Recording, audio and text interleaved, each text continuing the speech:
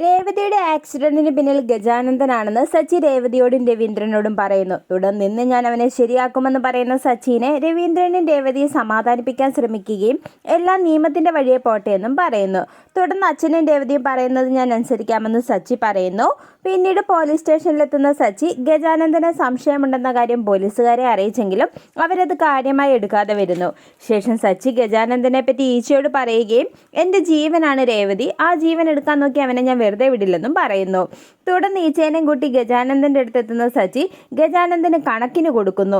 തുടർന്ന് രേവതിയുടെ ആക്സിഡന്റിന് പിന്നിൽ ഞാനല്ലെന്ന് ഗജാനന്ദൻ പറയുകയും സച്ചിയുടെ കയ്യിൽ നിന്ന് ഒരുവിധം ഓടി രക്ഷപ്പെടുകയും ചെയ്യുന്നു.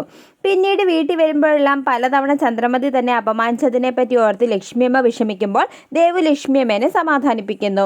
ശേഷം ആക്സിഡന്റിന് പിന്നിൽ ഗജാനന്ദനാണെന്ന വിവരം ദേവു സച്ചിയോട് പറഞ്ഞത് രേവതി ലക്ഷ്മിയമ്മയോട് പറയുമ്പോൾ ലക്ഷ്മിയമ്മ ദേവുവിനെ വഴക്ക് പറയുന്നു.